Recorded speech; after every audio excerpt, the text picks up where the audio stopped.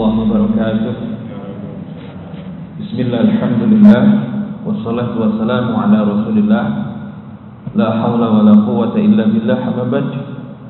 Puji syukur kepada Allah subhanahu wa ta'ala atas semua limpahan karunia nikmatnya. Di subuh yang mubarakah ini kita masih bisa melaksanakan salat subuh berjamaah. Mudah-mudahan dengan demikian kita selalu mendapatkan ampunan dari Allah Subhanahu wa taala. Yang kedua, salawat serta salam mari kita selalu haturkan kepada junjungan kita Nabi besar Muhammad sallallahu alaihi wasallam. Mudah-mudahan kita mendapat syafaat beliau hingga yaumil akhir nanti. Para jamaah rahimakumullah, kemarin kita telah membahas bagaimana seorang sahabat yang bernama Abu Lubabah itu kemudian diutus oleh Nabi untuk ke Bani Quraidah. Kemudian beliau mengatakan bahwa kalian harus tunduk kepada Rasulullah, yaitu Nabi kita Muhammad sallallahu alaihi wasallam. Namun dengan jawaban itu Abu Lubabah ini memberikan jawaban berupa isyarat, yaitu menaruh tangannya di lehernya, padahal tidak disuruh oleh Nabi. Maka para jamaah rahimakumullah, kemudian Abu Lubabah ini merasa bersalah. Setelah dari Bani Quraidah itu kemudian beliau langsung menuju Madinah tanpa menemui Nabi kita Muhammad sallallahu alaihi wasallam. Maka kemudian di Madinah itu beliau menuju ke masjid, kemudian mengikatkan badannya ke salah satu tiang masjid sebagai pertaubatannya karena telah berkhianat kepada Allah dan Rasulnya. Nah, ketika waktu sholat tiba, istrinya datang, kemudian dilepas sholat, habis sholat diikat lagi, kira-kira sampai 6 hari. Nah, para jamaah rahimakumullah, berkenaan dengan Abu Lubabah ini, kemudian Allah menurunkan ayat 27 dari surat Al-Anfal, ya ayyuhalladzina amanu, wahai orang-orang yang beriman, la takhunullaha wa rasulah, janganlah kalian mengkhianati Allah dan Rasulnya. Wa takhunu amanatikum, dan janganlah kalian mengkhianati amanat-amanat kalian. Wa antum ta'lamun, sedangkan kalian adalah orang yang mengetahuinya. Nah, kemudian setelah 6 hari, jadi 6 hari itu perang di Bani Quraidah sudah selesai. Nabi sudah kembali ke Madinah. Di waktu pagi, tepatnya waktu sahur, Ummu Salamah, salah satu istri Nabi, mendengar bahwa Nabi sedang tertawa. Ummu Salamah pun bertanya kepada Nabi, apa yang membuat engkau tertawa wahai Rasulullah? Beliau kemudian menjawab, Abu Lubabah telah diampuni dengan turunnya ayat 102. Luar biasa kehidupan para sahabat itu, langsung berkenaan dengan Al-Quran. Bahkan sebagian ayat itu turun karena berkenaan dengan sahabat-sahabat itu. Wa akharuna i'tarafu bidunubihim, dan ada pula orang-orang lain yang mengakui dosa-dosa mereka. Khalatu amalan salihah, mereka mencampur adukkan amalan baik, wa akharu sayyi'ah, dengan pekerjaan lain yang buruk, dengan amalan-amalan yang buruk. Asallahu ayyatuba alaihim, mudah-mudahan Allah menerima taubat mereka.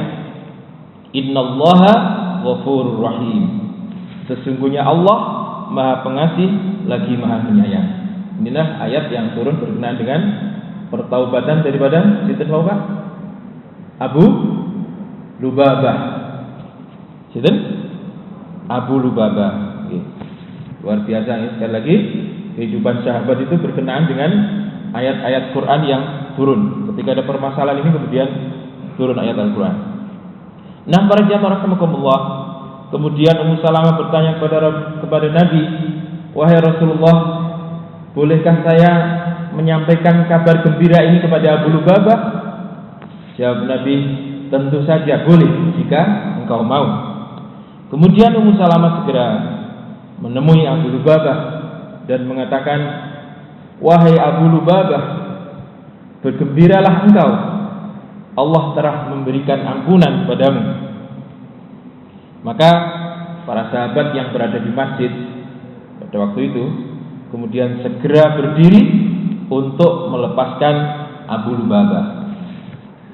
Namun Abu Lubabah menolak sambil mengatakan, "Demi Allah, jangan lepas ikatanku ini kecuali Rasulullah sendiri yang melepasnya."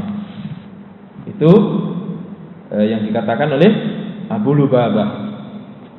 Nah, para jamaah rahimakumullah, apa kesalahan Abu Lubabah tadi? Memberikan isyarat bahwa orang-orang Bani Quraidah itu akan dieksekusi, padahal tidak disuruh oleh Nabi. Cuma begitu saja kesalahannya. Kemudian beliau bertobat dengan cara yang demikian, yaitu mengikatkan tubuhnya pada salah satu tiang masjid. Para jamaah rahimakumullah, maka ketika Nabi berangkat ke masjid kemudian melewati Abu Lubabah, maka Abu Lubabah ini kemudian ikatannya dilepaskan oleh Nabi kita Muhammad SAW. Nah, kita kembali ke pengepungan Bani Quraidah. Setelah pengepungan kira-kira 25 hari, mental orang-orang Quraidah, Bani Quraidah down. Sebenarnya di pihak kaum muslimin pun demikian, karena habis mendapatkan penekanan yang luar biasa, tekanan yang luar biasa di perang Ahzab selama 27 hari, ditekan luar biasa. Kemudian mengepung Bani Quraidah, itu pun tempatnya di ruangan terbuka sehingga dinginnya luar biasa. Jadi sebenarnya sama-sama down, tetapi kesabaran dari kaum muslimin inilah yang menjadikan mereka menjadi orang yang luar biasa.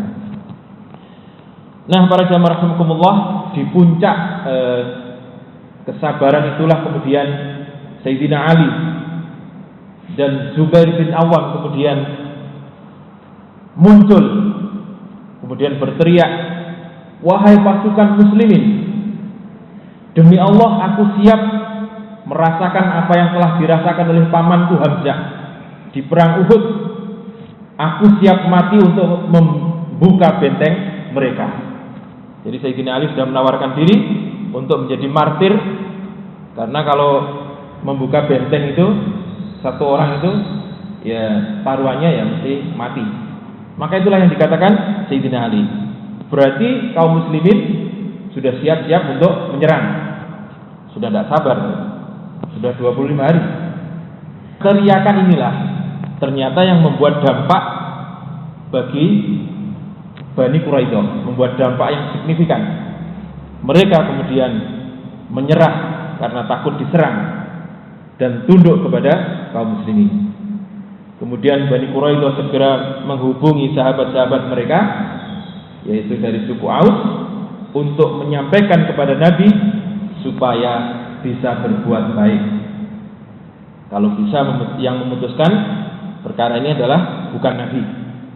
Maka yang mengusulkan untuk memutuskan perkara ini bukan Nabi adalah dari Bani Quraidah sendiri, melalui sahabat-sahabat mereka dari kaum Ansar.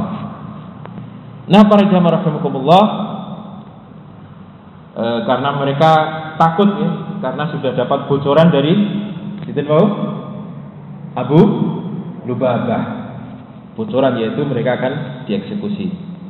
Maka kemudian orang-orang Aus mengatakan kepada Nabi, "Wahai Rasulullah, engkau telah berbuat baik kepada Bani Qainuqa, yaitu mengusir mereka. Mereka tidak dieksekusi. Mereka adalah sekutu saudara kami, yaitu Khazraj. Sementara Bani Quraidah adalah sekutu kami, kata suku Aus. Maka berbuat baiklah kepada mereka.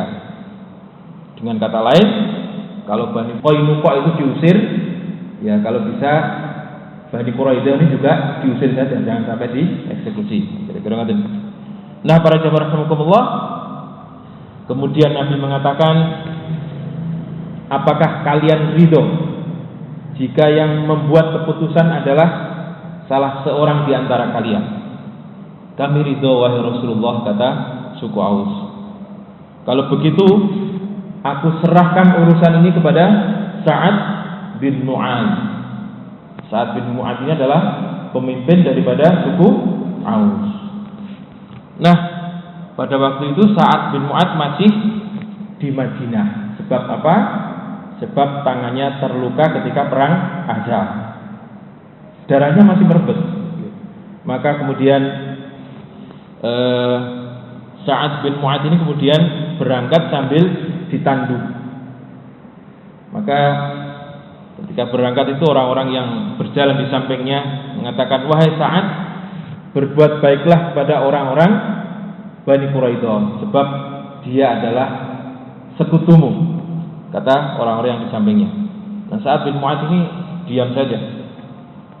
Nah, kemudian ketika beliau sudah sampai di hadapan Nabi, Nabi mengatakan, wahai orang-orang Ansor, terutama suku Aus, temuilah Sa'ad bin Mu'adz, bermusyawarah dengan mereka. Kemudian Sa'ad mengatakan, apakah keputusan ini berlaku untuk Yahudi Bani Quraidah? Mereka menjawab, benar wahai Sa'ad. Apakah keputusanku ini nanti berlaku untuk orang-orang muslimin? Benar wahai Sa'ad. Kemudian sambil mengarahkan pandangan beliau kepada Nabi kita Muhammad sallallahu alaihi wasallam, Sa'ad kemudian mengatakan, apakah keputusanku ini berlaku untuk semua orang yang berada di sini? Maka Nabi pun ikut menjawab, benar wahai Sa'ad, termasuk diriku, kata Nabi kita Muhammad sallallahu alaihi wasallam. Maka kemudian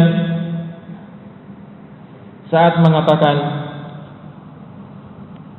kalau begitu keputusanku adalah Yahudi Bani Quraidah yang laki-laki semuanya harus dieksekusi, sementara para wanita dan anak-anak ditawan, harta mereka dirampas. Nah, mendengar keputusan daripada Sa'ad bin Mu'adz ini, kemudian Nabi mengatakan, engkau telah membuat keputusan berdasarkan keputusan Allah dari atas langit yang ketujuh, kata Nabi. Sementara orang-orang Quraidah sangat shock. Kata mereka, celakalah kita ini. Andaikan yang memutuskan Muhammad, maka tidak demikian, ya mungkin kita diusir saja.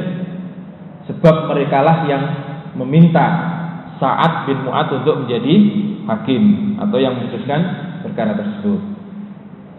Sebab mereka berpandangan bahwa Sa'ad bin Mu'adz itu sekutu mereka, mungkin bisa berbuat lebih baik. Kira-kira ngoten. Ternyata keputusan Sa'ad ini lebih berat daripada yang dibayangkan mereka, yaitu harus dieksekusi. Para jamaah rahimakumullah, keputusan Sa'ad bin Mu'adz ini sebenarnya sudah pas dan sudah adil. Sebab di samping mereka telah melakukan pengkhianatan, yaitu membantu musuh-musuh Islam, mereka juga telah menyiapkan alat-alat perang, yaitu sekitar 1.500-an pedang, kemudian ada 2.000-an tombak, dan ada 300-an baju besi, kemudian 500-an perisai. Ini untuk apa? Untuk membinasakan kaum muslimin ketika mereka diserang. Nah, jamaah rahimakumullah, maka dengan keputusan tersebut ada sekitar 700 laki-laki yang dieksekusi, sementara wanita dan anak-anak kemudian ditawan. Lalu bagaimana dengan penjahat perangnya? Sinten penjahat perangnya? Yahudi Bani Nadir yang dulu diusir Nabi gara-gara berkhianat juga, yaitu ingin menjatuhkan batu dari atas ke kepala Nabi. Mereka lah yang berkeliling. Jadi Yahudi Bani Nadir inilah yang berkeliling ke Mekah dan suku-suku sekitar Mekah untuk memprovokasi mereka di perang Ahzab. Termasuk mereka juga merayu Bani Quraidah untuk ikut membantu mereka. Itulah Yahudi Bani Nadir. Maka kemudian ketika eksekusi itu, sebagian mereka mampu melarikan diri, Yahudi Bani Nadir ini, dan sebagian mereka ikut dieksekusi. Salah satu dari mereka adalah pemimpinnya sendiri, yaitu Huyai bin Akhtab. Jadi Huyai bin Akhtab ini dari suku Nadir, kemudian posisinya di Nadir diusir, kemudian posisi mereka berada di Bani Quraidah. Dan Huyai bin Akhtab ini adalah ayah daripada Sofia binti Huyai, yaitu wanita yang nanti akan dinikah oleh Nabi kita Muhammad SAW setelah perang Khaybar.